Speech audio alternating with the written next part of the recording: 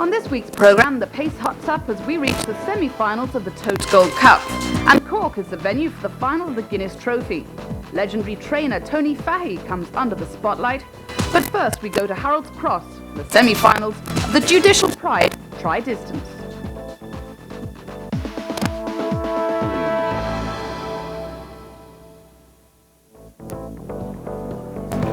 The tri-distance is an unusual race format. The first round is run over 525 yards. The semi-finals tonight will be run over 550, whilst the final is over 575 yards. The dogs require speed and stamina. Here are the runners for the first semi-final. Well, that's it. All runners in. Traps now for the opening semi-final of Judicial Pride Tri-Distance over 550 yards. Of course, next week final over 575 yards. Trap number 1 is Pearl Shadow, the 5-4 on favourite. It's then trap number 2, Eshwari Hill, 3 is Maxine, 4 Dara Beauty, 5 Rushwi Process, and 6 Domestic Dream. Away they go. First to show is number 3 Maxine. On her inside, number 2 Eshwari Hill, showing a nice turn of early pace, and further back in third is number 6 Domestic Dream. But out of the opening 2 turns, it's number 2 Eshwari Hill that leads number 3 Maxine. On the rails is number 1 the favourite Pearl Shadow, who's making a run now down the back straight. But it continues to be number 2 Eshwari Hill into the third corner. It'll take a good effort to pass this one. In second spot now is Pearl Shadow, who is going up inside this one. And around the last corner, it's the favourite Pearl Shadow who takes up the lead. Here coming strongly in the outside is number 4, who gets there to win, Dara Beauty. A very good victory there for Dara Beauty. Came from well off the pace to beat the favourite Pearl Shadow. The winning time 30.70. Well, the result of the opening semi-final of Judicial Pride Tri-Distance, first was number 4 Dara Beauty, coming home strongly to beat number 1 Pearl Shadow, who was the favourite. Third was number 2 Eshwari Hill. The winning time 30.70. And that's it. They're all in traps now for the second semi-final of Judicial Pride Tri-Distance. The favourite here, number 4 Allen Band at 2-1. Trap order in 1 is Tom Costellot, 2 is Spycatch, 3 Gloundan, 4 Allen Band, 5 Tarnery, and in trap number 6 Glensky Robbie. The hare coming up behind the traps, and away they go. And first to show is number 3 Gloundan. On the outside, Glensky Robbie looks very close, and further on the inside is number 1 Tom Costellot. Around the opening corner, it's number 1 Tom Costellot that's gone round in front now from number 3 Gloundan, who's slightly been hampered sticks in turn, which is Glensky Robbie. But down the back straight, it continues to be number 1 Tom Costellot, who's leading now from number 3 Gloundan, making a run. In third is Tarnery, and further back Glensky Robbie. But around the final corner, it continues to be number 1 Tom Costellot. This one trained by Emmett Hegarty, and coming strongly is number 3 Gloundan, but up to the line it's number 1 Tom Costellot that gets there. I think number 6 Glensky Robbie got up for second spot, but it is close. We'll leave it to the judge. And the result of the second semi-final of Judicial Pride Tri-Distance was the winner, number 1 Tom Costellot, second number 6 Glensky Robbie, third number 3 Gloundan. The winning time 30.92. Well, the trap draw was made after the second semi-final by Pat Donovan, the commercial manager at Harold's Cross. Also present were Cathal Curley, one of the directors, Eamon Mackey, the racing manager, and Paddy Ryan, general manager of Shelbourne Park, also one of the stewards at Harold's Cross.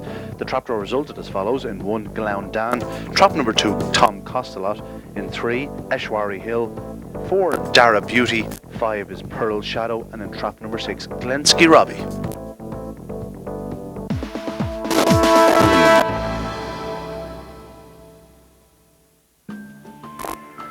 On the banks of the Shannon, just outside the town of Portumna in County Galway, lives a man who is quite simply a legend in the greyhound industry.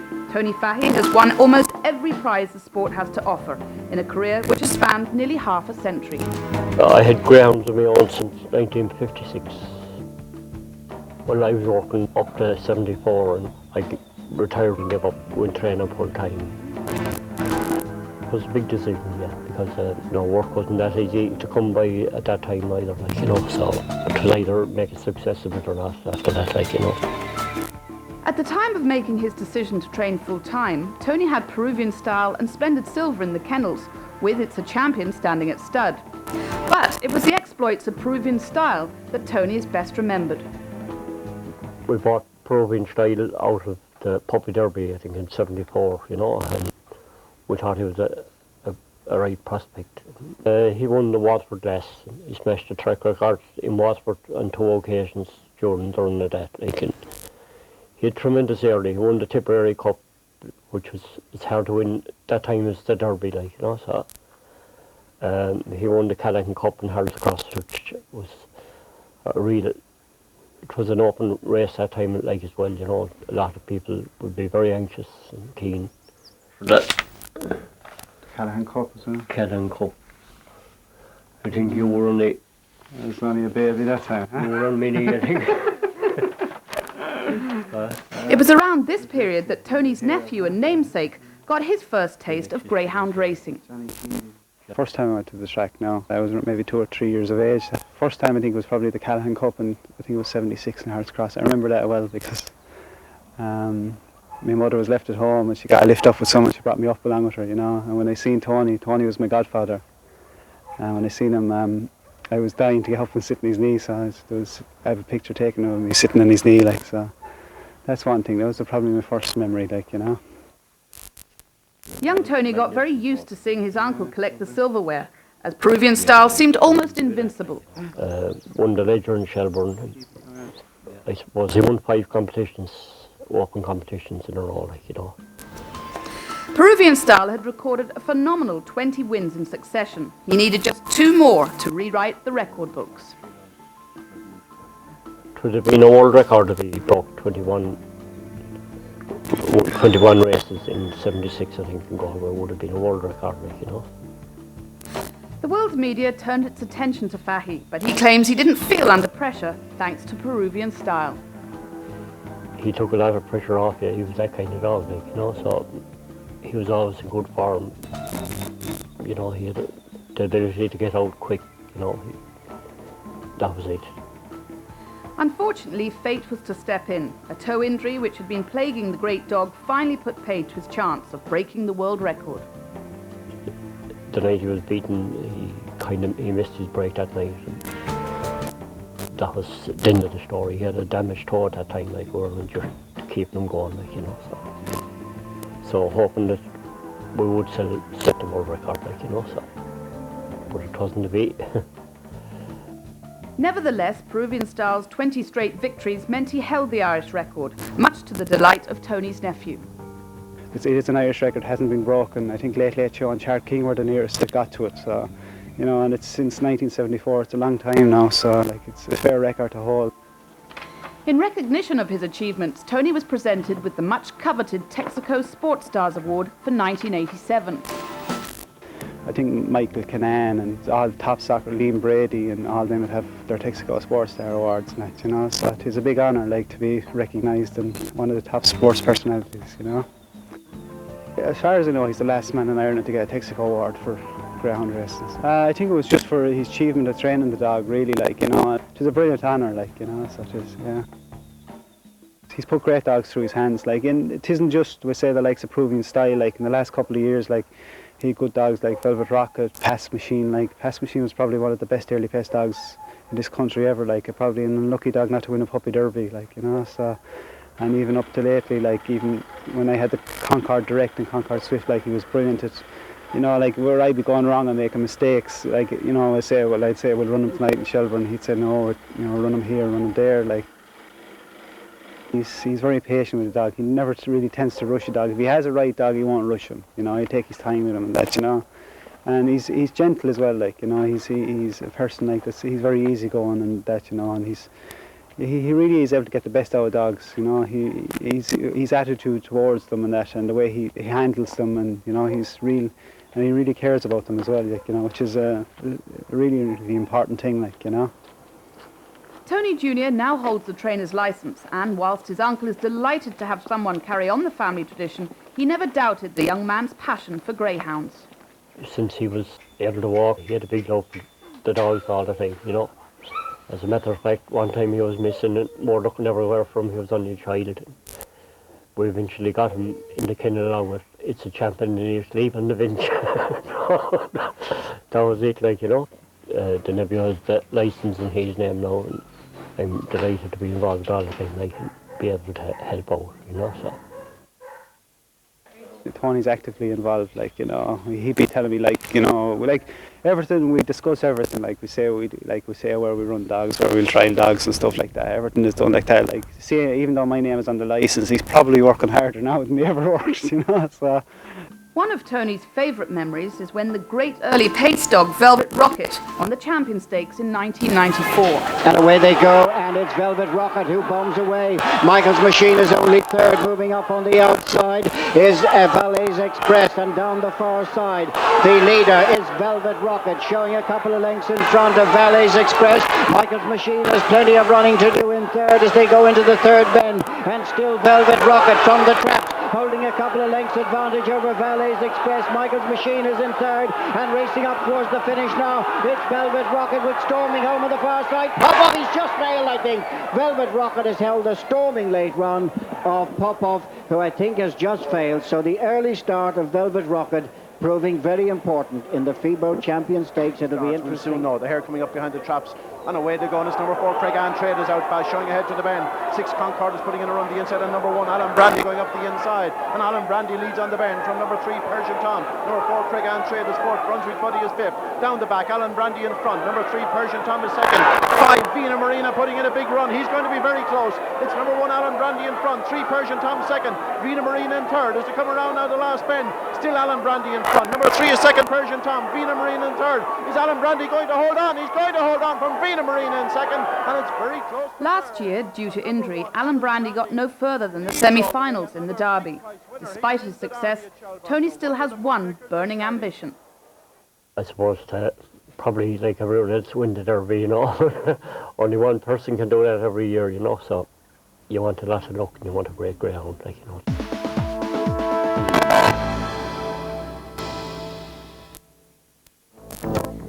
The big prize money story of the week concerns the forthcoming BCR Press Easter Cup.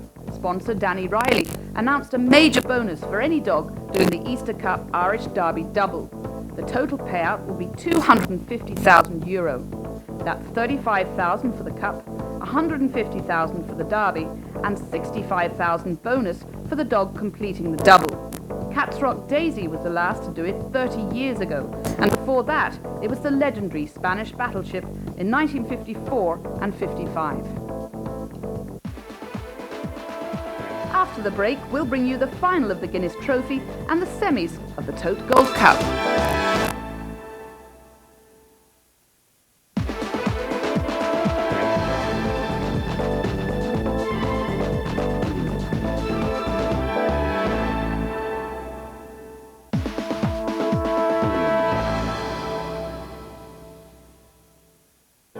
There is no shortage of patrons here at Curraheen Park in Cork tonight for the final of the Guinness Trophy. The unfortunate defection of likely favourite Goat Island has left us with a 5-runner field and has also cut Declan Byrne's team in half. Byrne now relies on John Joe Lambert's Carlo Gamble. First, however, we take a look at the Guinness Trophy Consolation Stakes final. The bell sounds as the hare moves towards the traps for this, the Guinness Trophy Consolation Stakes final of 2002. In 1, Killen Ivy, 2 For My Best, 3, Wolf By, Ballydaly Honcho's 4, in 5, Woodview Chester, and 6 is St. Luke's By, and they're off and racing away smartly is Ballydaly Honcho in that black jacket and leads into the opening bend. It's Ballydaly Honcho now going on by a length by Woodview Chester. Woodview Chester has moved into second, running wide. It's For My Best. In front still, Ballydaly Honcho by a length or so from Woodview Chester into that third bend and racing rapidly now towards the final bend. The leader from the start, Ballydaly Honcho, is coming under pressure as they go towards the line. Ballydaly Honcho has held on. The complete results now of the Guinness Trophy Consolation Stakes final. The winner, Ballydaly Honcho, second Woodview Chester, and in third For My Best. The winning time here, 29.16. There's a top prize of €7,500 for the winning connections of the Guinness Trophy final, and the dogs are now on parade for the final. First into picture is Scrum Down, this one owned jointly in Kerry by Christy McNamara and Patrick O'Mahony. It's trained by Chris Houlihan. Scrum Down is the son of Shanlis Slippy and Kildare Mac, a winner earlier in the competition in a smart time of 28.67. Goat Island is ruled out through injury, which leads us on to the white jacket of Top Jack. This one owned in Bantry, County Cork by Matt O'Connor and trained by Christy O'Callaghan. Top Jack is a son of Top Honcho and East Park Mist. In the black jacket tonight, it's Rise Quest. Plenty of confidence behind Rise Quest, it must be said here tonight. It's owned by the Bandon Trio Syndicate of Cork and trained by Paul Hennessy. Rise Quest is a daughter of Mount Leader Pier and Act Wisely. Not Very Often runs from box 5 this evening, and Not Very Often is owned by the Make Alliance Syndicate, and it's a daughter of Do You Get It and Khalidi Flossie, a winner earlier in the competition in a time of 29.13. Carlo Gamble in the striped jacket is the only wide seed here this evening, and a very impressive semi-final winner last weekend in 28.74. Has plenty of support here this evening. Carlo Gamble owned in Carlo by John J. Lambert and trained by Declan Byrne. All in readiness now for this, the Guinness Trophy final of 2002. In 1, Scrum Down. 2, Goat Island is a non-runner. 3, Top Jack. 4, Rise Quest, the favourite. 5, Not Very Often, and 6, Carlo Gamble. As the hare comes towards the traps and they're racing, Not Very Often gets a good break in that orange jacket and leads into the opening bend. Scrum Down has moved into second, running wide. It's Carlo Gamble in front. It's Not Very Often, now being seriously challenged by Scrum Down. Carlo Gamble is on the outside. They're closely bunched at that third bend. Still in front, it's Not Very Often. And off the final bend, it's Not Very Often, and racing towards the finish. Rise Quest is there, but Not Very Often wins the Guinness Trophy. The complete result now of the final of the Guinness Trophy 2002. The winner, Not Very Often, a dead heat for second between number 4 Rise Quest and Carlo Gamble. The winning time here, 28.89. Eddie, very excited here. Tell us firstly about the syndicate itself. There's 4 involved. There is, Mal, yeah. I'll tell you how it actually came about. I moved to the country a few years ago and there was a lot of work to be done. And actually, in lieu of paying the lads, because I didn't have a lot of money when we moved, I gave them a present of a pup, actually, as the syndicate. And I said, it could be one of the best days pay you'll ever get, or it might be one of the worst days pay. And they took that option and they came down and worked away.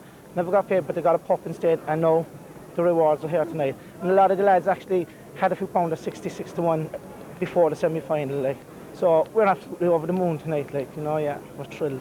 Eddie, you've been involved in dogs many a year now. Tell us about the other 3 people involved in the syndicate. Yeah, that would be a brother of mine, Raymond, and my sister's boyfriend, and a great friend of mine that we've been friends for years through the hurling, through the GA Club, Brendan Furlong. And they're all here tonight. I think they're actually collecting their bets now as we speak, like. So we had a great night and we're going to continue now. She's actually going to be going to the breeding paddocks, and there'll be more and more syndicates, because we had a huge following here tonight, because we have a lot of local people. There's a bus from our local bar and from the GA Club, and they're all up there. We're going to have a great night, especially as we're only hoping for the best on the night, to be honest. She was a remarkable price, 33 to 1 on some boards here tonight. Correct. But the one thing I will say is that last week in the semi-final was the slowest she has come away. We were hoping she would be in front, but it was going to be fingers crossed from halfway. Even though I would say we weren't given a lot of chances. Like some people said to me, I don't even think you're in that race, from what I read in the papers, they said. For sure I am, it's all for the sport, and that's what we're in it for. And there's ups and downs, and tonight is one of the great ups that we're going to have. Noel, the Guinness Trophy has a fairly amazing history, really. It has indeed. It was run first at the old Cork Horse Racing race course down the marina. It was called the Pegasus Cup. Eventually the cup finished up in a jeweller shop in Lavisky in Cork. And Con Murphy, he was an ex-director of Cork Track, advised Mr. O'Callaghan, who was area manager for Guinness in Cork, to buy the cup and present it to Cork Track and put it up for the Guinness Trophy. And it was first run in the Western Road in 1964. And it's a competition that brings great weight with it as well here at Curraheen Park. It's new home. It is indeed, and it's a trophy that, it's a competition that, I don't know, it's possibly the cup that draws the people. Well, everybody wants to be associated with it. It's definitely the best, I think, cup in Ireland that's put up for greyhound racing. And I don't know, the prize money is good, but down through the years, even when the prize money wasn't great for it, we still got great class of dogs, and thanks be to God, we're still getting them here. I know tonight's winner was a complete outsider, but she won it in merit. She did 28. She broke 29 seconds the first time she broke it, but she won it on merit. And you know, every year we happen to get great dogs, and hopefully that will continue.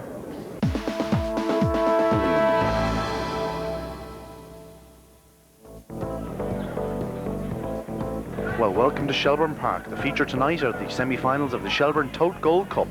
Paul Hennessy aiming to win this competition for the 4th year in a row. He's won it last year with Late Late Show, the previous year with Joanne's Own Cash, and previous to that, April Surprise. This year his main hope is Price's Rebel. He runs in the opening semi-final. Let's take a look at the runners. Well, as you see, the runners beginning to go in traps now for the opening semi-final of the Tote Gold Cup. The hot favourite here, number 4, Price's Rebel, at 5 to 4 on. He's got a tricky draw. Won't be long before we see if he can handle it. Well, that's it. The hare is running now for the opening semi-final of the Tote Gold Cup. The favourite here is trap number 4, Price's Rebel, at 5 to 4 on. In 1, Curraheen Wade, 2, Light Pal Sammy, 3, Give and Go, 4 is Price's Rebel, 5, Long Valley Tyson, and in 6, All About Me. The favourite at 5 to 4 on, number 4, Price's Rebel. The hare up behind the traps, and away they go. And first to show is number 6, All About Me. In second spot now is Price's Rebel, and third is Give and Go. But into the corners, a bit of a pile up here. Price's Rebel has been badly done, and it's number 2, Light Pal Sammy, that leads out of the second corner. In second is Give and Go, and further back in third is Curraheen Wade. Price's Rebel's at the tail of the field and has it all to do. And to the second corner, it's number 2, Light Pal Sammy, been challenged on the outside by Give and Go. Further back in third is number 1, Curraheen Wade. Around the final corner, Give and Go, and here comes Light Pal Sammy again on the inside. In third, Curraheen Wade putting in a run up to the line. It's very close, perhaps number 2, Light Pal Sammy. And the result of the opening semi-final, well, Curraheen Wade did get his nose up in front. He ran on strongly to beat number 2, Light Pal Sammy. In third was Give and Go, the winning time 29:58. Well, the dogs now in traps for the second semi-final of the Tote Gold Cup. The favourite here is number 2, Jet Spray, at 5 to 4. The runners in 1, Flashing Moment, 2 is Jet Spray, 3, Never on Sunday, 4, Fast Fit Spakita, 5, Marnoak Selt, and at 6, Moving Customer. Once again, remind you, the favourite here, number 2, Jet Spray, at 5 to 4. It's then 2 to 1, number 1, Flashing Moment. The hare coming around the final corner, up behind the traps. Away they go. And first to show on the outside is number 6, which is Moving Customer, believe it or not. Now on the inside is number 1, Flashing Moment, showing a real turn of early space. In second spot now is Jet Spray, and in third is Marnoak Selt. Down the far side, it's Flashing Moment. He's run about 2.5 lengths clear now of number 5, Marnoak Selt. Jet Spray is in third. Moving Customer at the tail of the field. Will he stay there? Around the second last corner, it's number 1, Flashing Moment. He's gone about 3.5, 4 lengths clear now of number 5, Marnoak Selt. Further back is number 2, Jet Spray. But coming up the home straight, it's number 1, Flashing Moment. That's what we knew he was capable of. And the result of the second semi-final, the winner was number 1, Flashing Moment. He led all the way to beat number 5, Marnoak Selt. In third, number 2, Jet Spray. The winning time, 29:06. Well, the trap draw for next Saturday's final was made by Patricia Griffin of the Shelbourne Tote, and it resulted as follows. Trap number 1, Jet Spray. In 2, Flashing Moment. 3, Light Pal Sammy. 4, Give and Go. 5, Curraheen Wade. And in 6, the sole wide seed, Marnoak Selt. Next week's fixture list is really jam-packed. On Friday night, Harold's Cross hosts the final of the Judicial Pride Tri-Distance. On Saturday night, the feature of the week is the Tote Gold Cup final. And at Mullingar, it's the semi-finals of the Fair Warrior Open 400. On Monday in Limerick, the opening round of the Red Mills Kennedy Cup is the feature, while on Tuesday night, it's back to Mullingar for the first round of the Red Mills Irish Cesarewitch. On next week's programme, we return to Harold's Cross for the conclusion of the Judicial Pride Tri-Distance. And it's a big night at Shelbourne Park with the final of the Tote Gold Cup.